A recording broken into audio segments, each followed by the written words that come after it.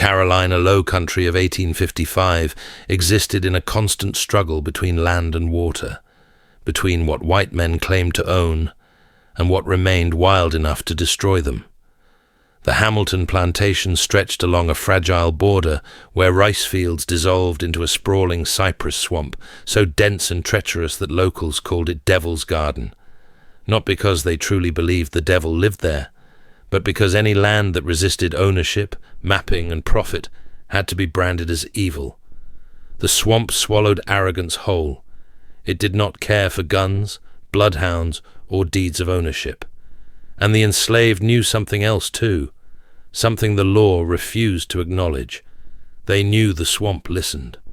At the far edge of the quarters, where cultivated ground surrendered to tangled roots and standing water, lived the woman the ledger called simply Dorcas, field hand, about 30 years old, no surname, purchased in 1849.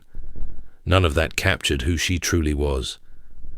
To the people, she was swamp mother when guidance was needed through the wetlands, root sister when fevers burned children's bodies, and grief shattered souls after dark. And in the quietest whispers, when fear outweighed courage, they called her the one who spoke to what lived beneath the water. Dorcas practiced hoodoo, the old knowledge carried across the ocean in memory, rhythm, and survival. Knowledge outlawed by white law, but kept alive by black necessity. She had been born on a sea island where Gullah traditions still breathed freely, where children were taught how to draw crossroads in the dirt and when to speak and when to stay silent. Some knowledge, the elders said, was worth dying for. Without it, survival became only endurance, and endurance alone could never lead to freedom. Sold at 15 during an estate liquidation, Dorcas carried more than strength and skill into slavery. She carried invisible inheritance, how to heal, how to shield, and when necessary, how to strike back against a world that insisted striking back was impossible. For 15 years, she worked the flooded rice fields, her legs rotting slowly in warm water, her back bent beneath sun and overseer's whip. But at night, when the plantation settled into its uneasy stillness, people slipped into her cabin with problems white medicine wouldn't touch, and fears white prayer couldn't silence. Beneath her pallet, she kept a trunk of quiet power, dried roots wrapped in cloth and memorized by purpose, holy stones said to see spirits, blue beads stolen one by one and strung for protection, prepared conjure bags waiting only for the right intention. She brewed teas to break fevers, gave bitter remedies to women who could not bear to bring another child into bondage, marked doorways with powders gathered from crossroads and graveyards, places where worlds overlap and protection can be asked for. At dawn and dusk, when light thinned and the veil weakened, Dorcas walked to the swamp's edge, with offerings of water, rum, and cornmeal. She spoke softly into the shadowed water, asking safety for her people. And sometimes, when cruelty demanded it, she asked for justice. The threat arrived in late August. The wagon carried the smell of tobacco, gun oil, and the particular fear that clings to men who make a living hunting other human beings. Elias Brand, the most successful slave catcher in South Carolina. 2 bloodhounds, a rifle, iron shackles, and a reputation that moved faster than wind. Hamilton had called him after 3 men vanished from a neighboring plantation, rumored to have joined a maroon settlement hidden deep in Four Hole Swamp. Runaways who lived free in the wetlands, stealing food, guiding others north, proving every day that white control was not absolute. Brand's first act was terror by inspection. He walked through the quarters as people returned from the fields, his dog sniffing at doors, his eyes studying faces for flickers of defiance or intelligence. He asked questions with false ease, the way predators do. When he reached Dorcas's cabin, he stopped longer than anywhere else. "You the root woman?" he asked. "I help sick folks when master allows," Dorcas replied calmly. "Keeps them strong for work." Brand's eyes narrowed. "You know these swamps. People talk to you. Ask about running." She met his gaze just long enough to show she wasn't broken, and not a heartbeat longer. "I got nowhere to run, sir." He marked something in his notebook and moved on. That night, Dorcas lay awake listening to the swamp breathe. Frogs calling, water shifting, something large moving through the shallows. She understood the deeper meaning of Bran's presence. Sales were coming. People would be liquidated like property because that's what the law said they were. And Dorcas, known conjure woman, was exactly the kind of trouble men sold first. Before dawn, she walked to the swamp's edge beneath a moon heavy with warning. She poured rum into the dark water and spoke in Gula, asking permission, asking the land to remember its duty as refuge. The temperature dropped. The water rippled without wind. Something answered. The swamp had agreed. By candlelight she prepared herself for war. Graveyard dirt, deep swamp water, a mirror charmed to return evil to its sender. Words spoken in English, in Gula, and in pieces of African language carried only by ancestral memory. When she finished, the bundle pulsed with unnatural warmth. By the end of the week, Bran's patrols had turned daily life into a narrowing cage. Morning inspections, afternoon interrogations, night patrols. And beneath the surface of submission, resistance prepared to move. Because in Devil's Garden, hunters were about to discover what it meant to become prey. Brand kept his dogs chained near his quarters, their constant presence an unspoken threat. The rattle of iron links, the sudden howls in the night, these sounds existed for one purpose: to remind everyone that escape was not merely discouraged, but professionally hunted. This would not be the careless pursuit of distracted overseers. This was a man whose entire trade was reclaiming human property. The interrogations followed a method Brand had perfected over years. He isolated individuals, hinted that others had already talked, dangled small rewards for cooperation, and made it clear that silence itself would be interpreted as guilt and punished accordingly. With a young man named Isaac, whom someone had overheard complaining about field conditions, Brand spent an entire afternoon inside the barn, repeating the same questions from different angles. "You know anybody thinking about running? You hear talk of trails through the swamp. You sure you don't know something that might help me do my job?" Isaac, shaking with fear, yet understanding that any answer other than denial meant death or disappearance, repeated the same words until his voice cracked. "No, sir, I just work my tasks. I don't know nothing." Brand finally released him, but not before noting his name in leather. Pressure, applied long enough, always broke someone. What Brand did not realize was that his campaign of fear was producing the opposite effect. Rather than fracturing the quarters, his presence was forging resolve.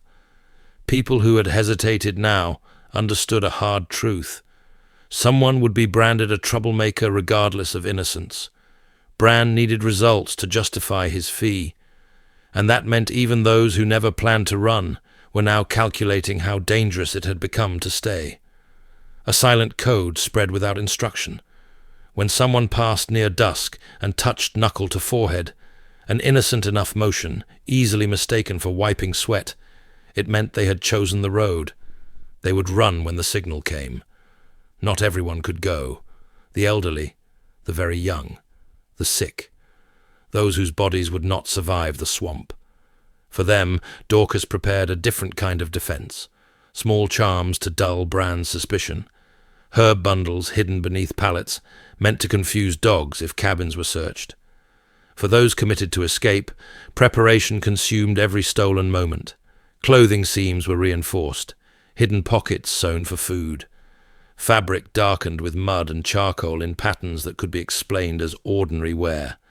Food vanished in increments too small to detect. Corn here, smoked meat there, until each person carried enough for days. Maps lived only in memory. Directions passed in fragments. 3 cypress in a line, bare left toward the hammock with the dead oak. If the water smells like sulphur, you've gone too far south. double back to the creek fork. No one carried the full route. Knowledge stayed divided. If one was caught, everyone else would still have a chance. Dorcas remained the silent center of it all. By day she labored in the fields. By night she healed. Yet the nature of her work shifted. Where once she focused on protection and sickness, she now crafted tools of resistance.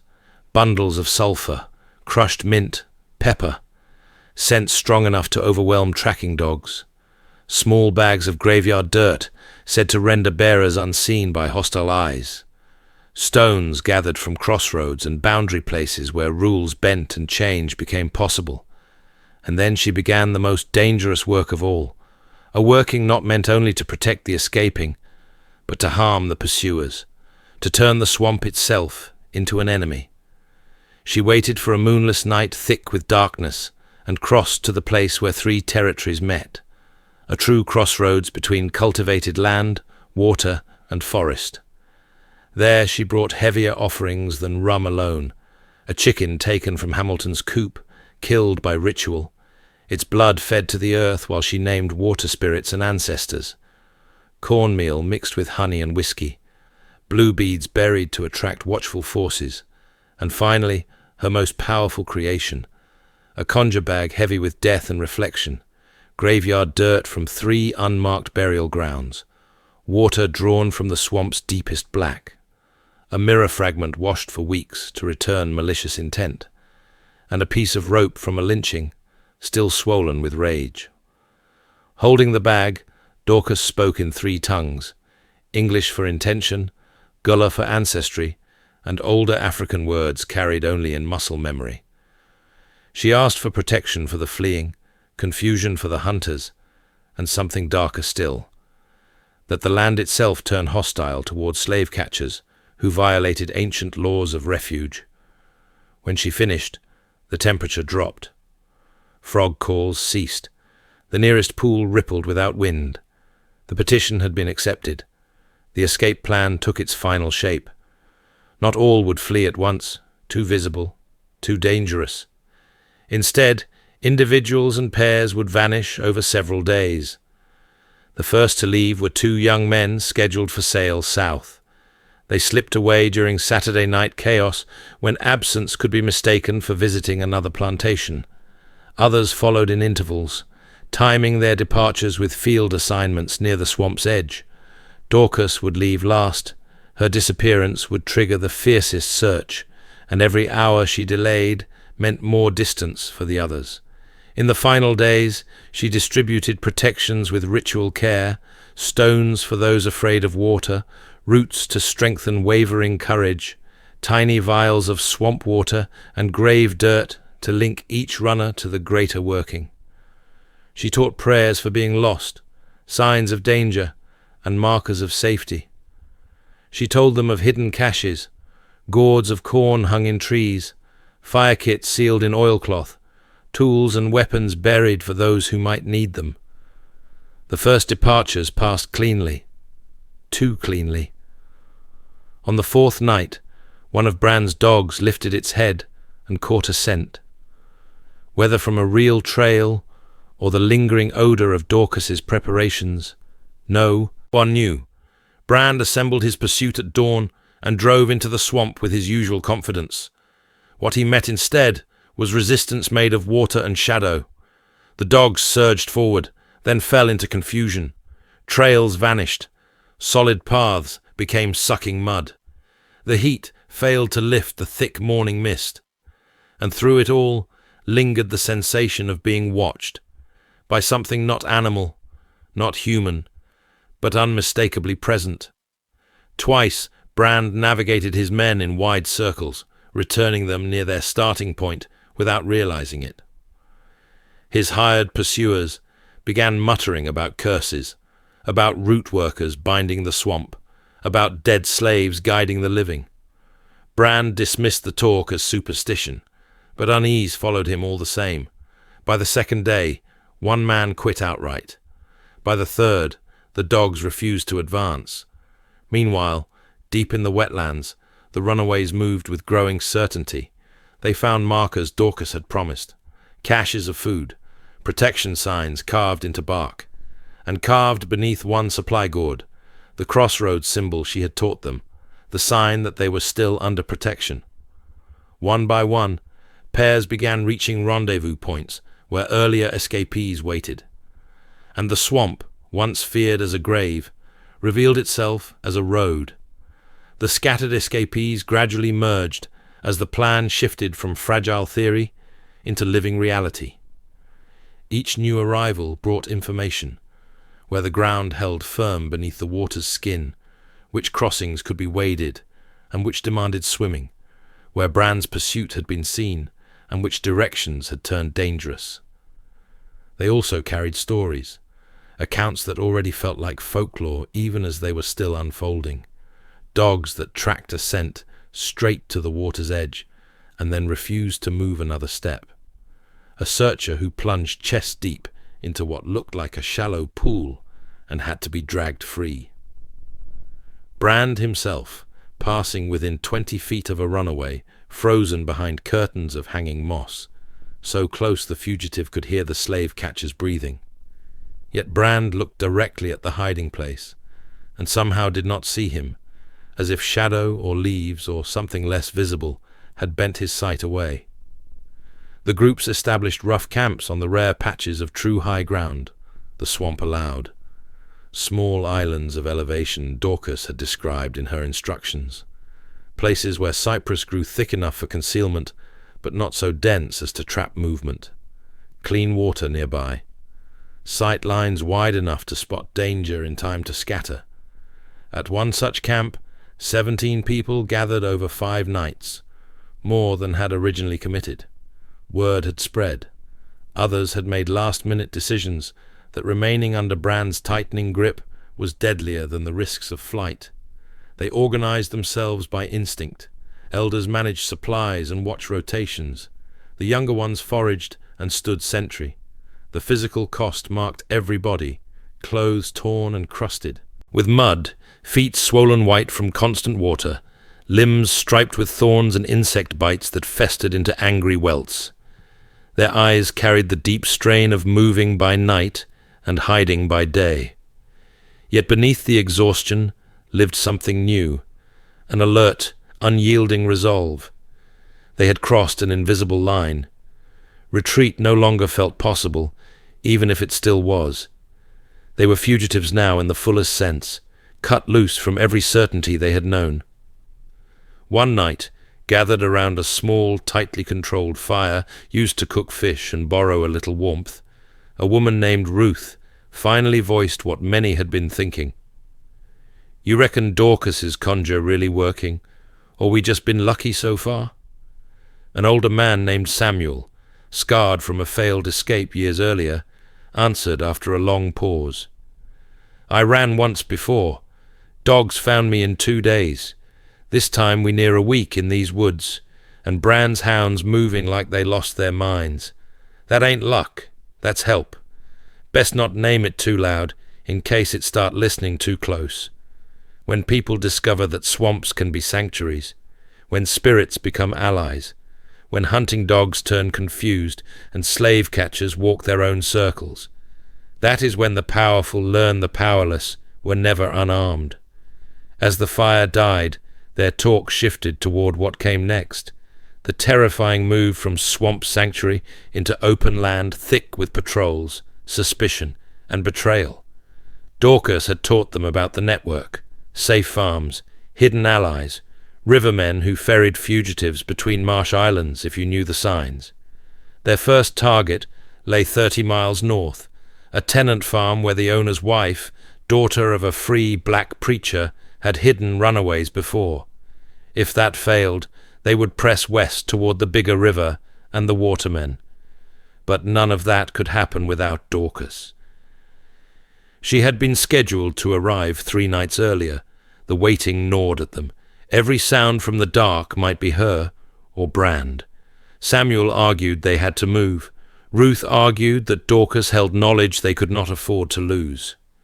The argument ended when Dorcas stepped out of the darkness so quietly the sentry nearly collapsed when she spoke his name from 3 feet away. She looked worse than all of them, gaunt with fatigue, eyes sharpened by danger. She had laid a false trail toward Charleston, hoping to draw Brand off long enough to buy them distance. Her first words were blunt. "We move before dawn. The dogs finally picked up something real. Even confused, they'll work through it. The swamp won't stay sanctuary forever." That night she held ceremony, not only to give thanks for protection already granted, but to acknowledge that they were crossing into a new phase where the swamp's rules no longer applied. Around a small fire she poured libations and spoke in braided tongues, English, Gula, and fragments of older African speech. Each person gave something to the flames. Cloth.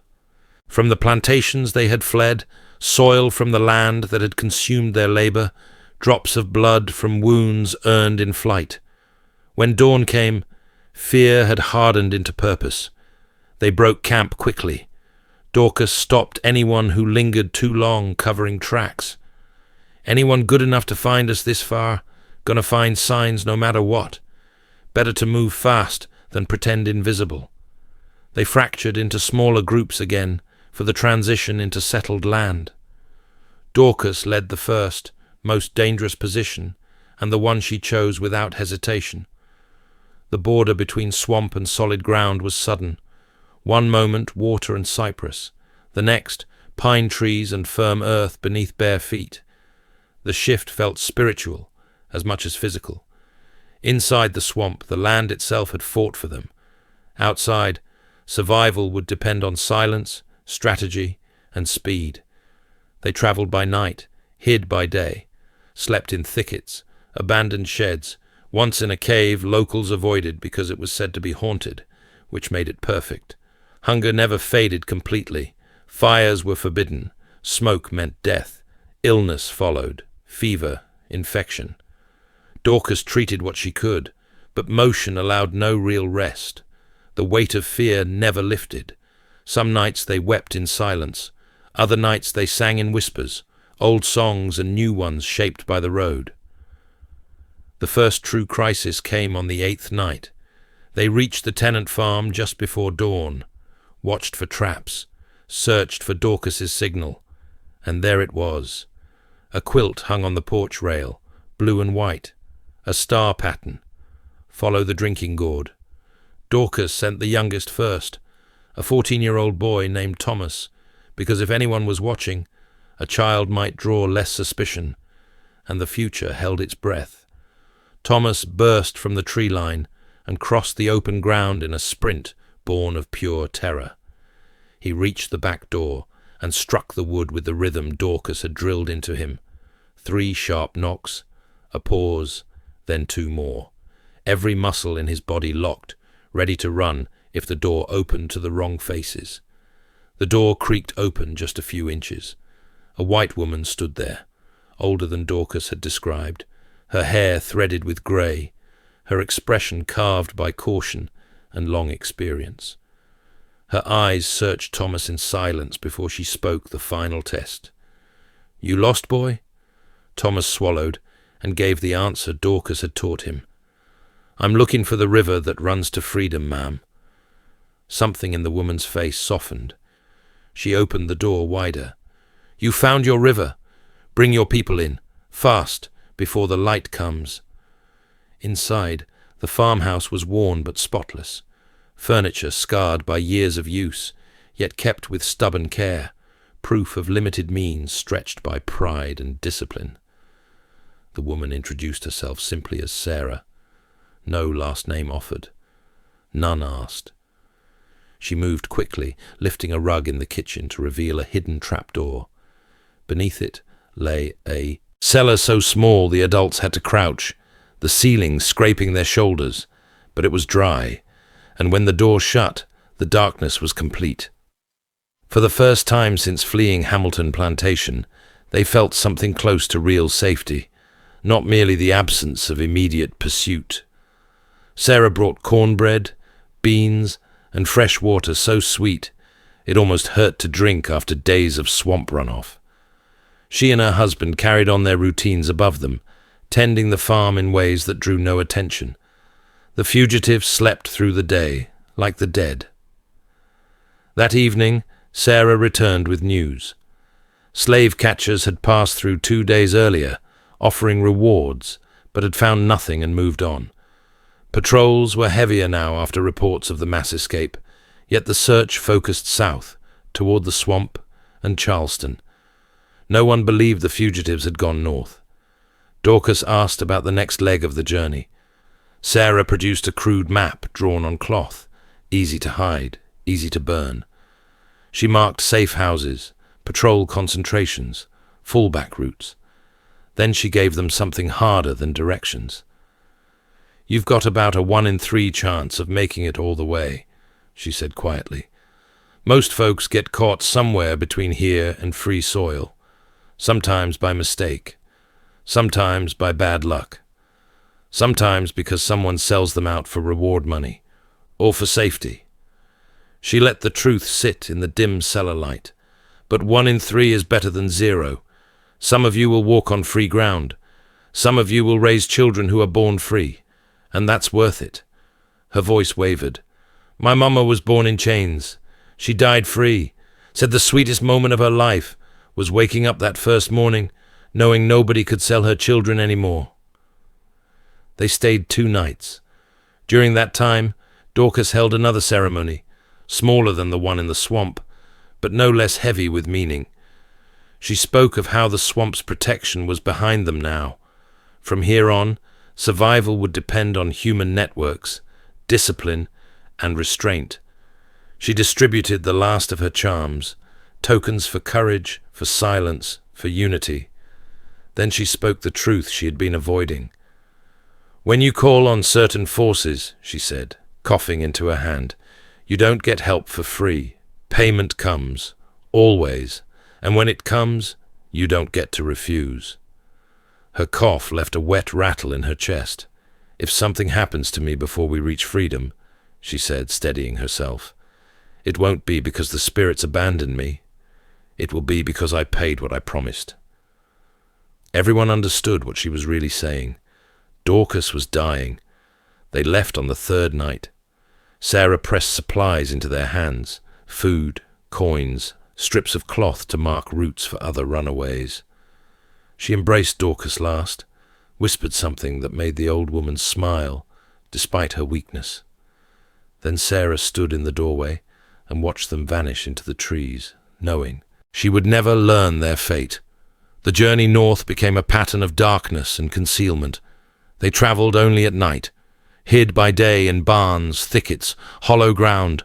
Fires were forbidden, hunger constant. Rivers were crossed by swimming, wading, or by boats left waiting by unseen allies. Routes changed when danger appeared. A patrol by a bridge, a collapsed crossing, a safe house abandoned. The group began to shrink.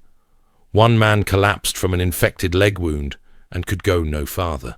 They hid him in a barn with what supplies they could spare and left with prayers they barely believed.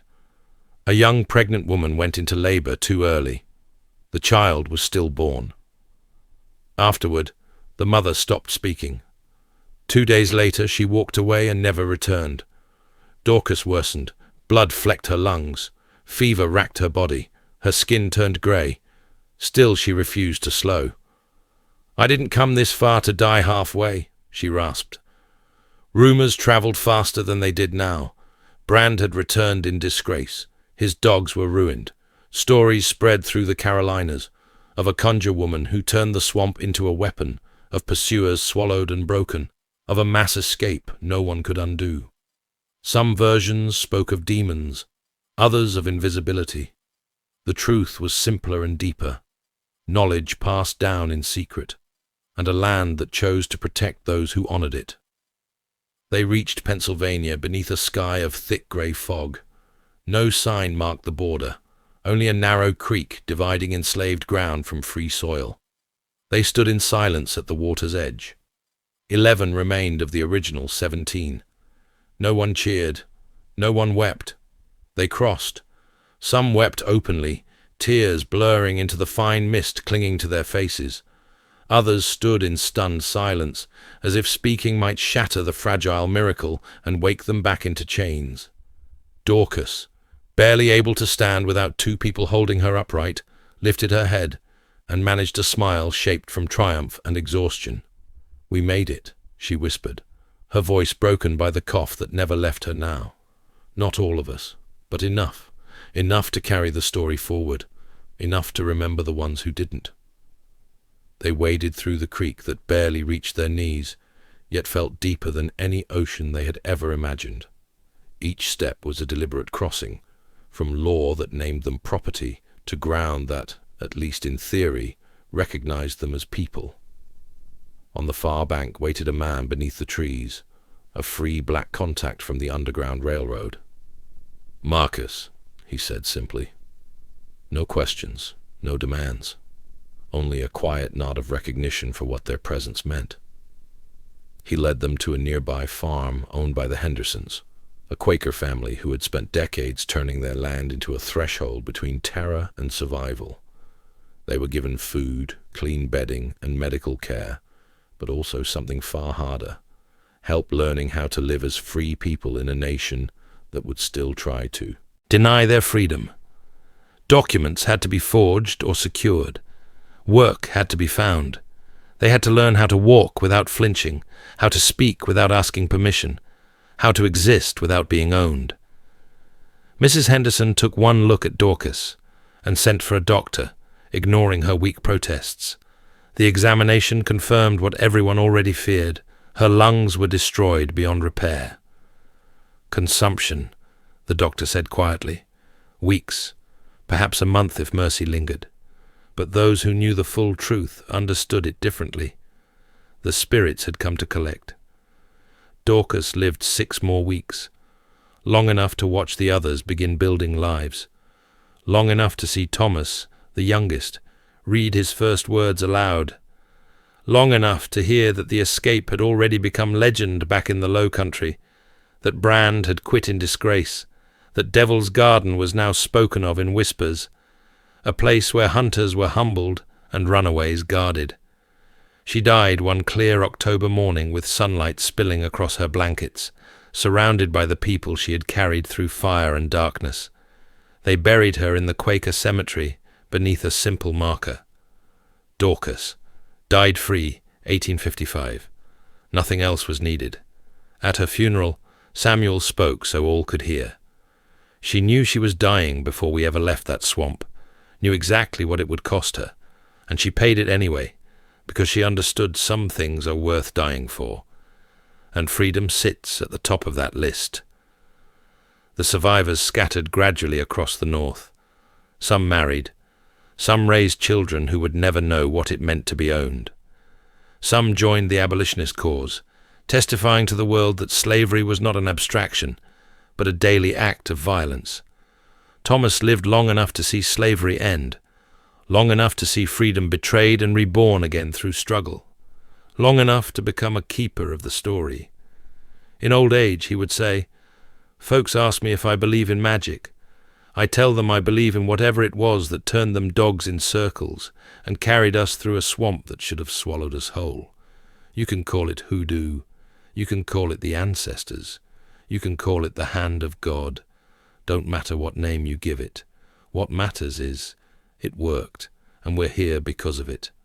The escape from Hamilton Plantation passed into oral history, told beside tales of revolts, secret roads, and quiet acts of defiance that chains never managed to erase.